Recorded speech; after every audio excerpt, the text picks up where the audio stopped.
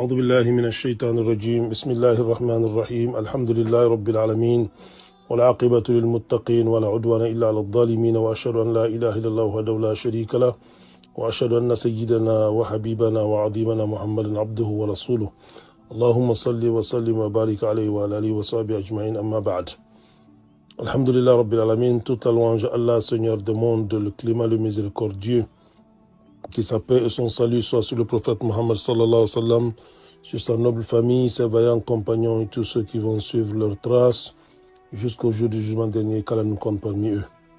Alhamdulillah, dans un hadith plein d'enseignements, rapporté par Ibn Mas'ud, le prophète Mohammed sallallahu alayhi wa sallam nous dit: إن أحدكم لا يعمل بعمل أهل الجنة حتى لا يكون بينها وبينه إلا ذراع فيسبق عليه الكتاب فيعمل بعمل أهل النار فيدخل النار وإن أحدكم لا يعمل بعمل أهل النار حتى ما يكون بينها وبينه إلا ذراع فيسبق عليه الكتاب فيعمل عمل أهل الجنة فيدخلها. Dans cet hadith, le prophète sallallahu alayhi wa sallam nous dit: l'un de vous peut faire les actions des gens du paradis jusqu'à ce qu'il y ait qu'une longueur de coude entre elle et lui. Alors, ce qui a été écrit le rattrape. Alors, il fait des actions des gens de l'enfer et entre en enfer. Et que l'un de vous fasse le travail des gens de l'enfer jusqu'à ce qu'il ait plus qu'une longueur de coude entre lui et l'enfer. Et que le livre le précède, alors il accomplit les actions des gens du paradis et y entre. Cet hadith, chers frères et sœurs, nous place en tant que musulmans entre la peur et l'espoir.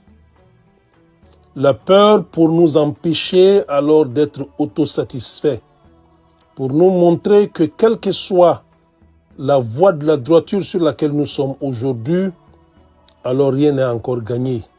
Nous n'avons pas encore échappé complètement au Satan. Alors nous gardons humilité. Nous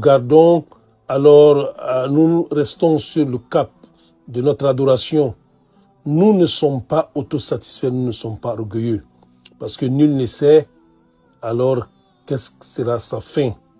Donc cet hadith donne la peur aux musulmans qui est sur le droit chemin, qui adore Allah, qui respecte les recommandations d'Allah.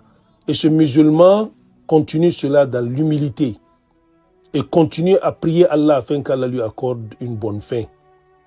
Et par la même occasion, cet hadith nous donne de l'espoir pour ceux parmi nous qui ne sont pas sur la bonne voie, pour ne pas que nous perdons de l'espoir et que nous continuions de les appeler sur le droit chemin et que nous soyons indulgents envers eux et que nous gardons l'espoir, car à tout moment, Allah peut opérer un miracle dans leur vie.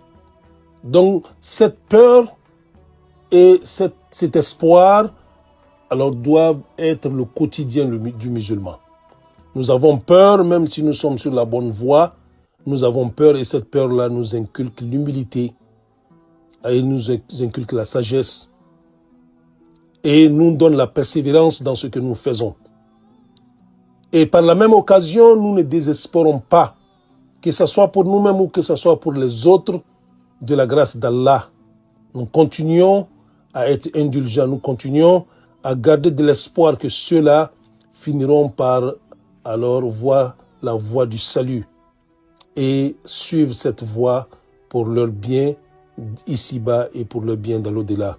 Qu'Allah nous garde sur le droit chemin, qu'Allah fasse de nous des gens de l'espoir pour eux-mêmes et pour les autres. Wassalamu alaikum wa rahmatullahi ta'ala wa barakatuh.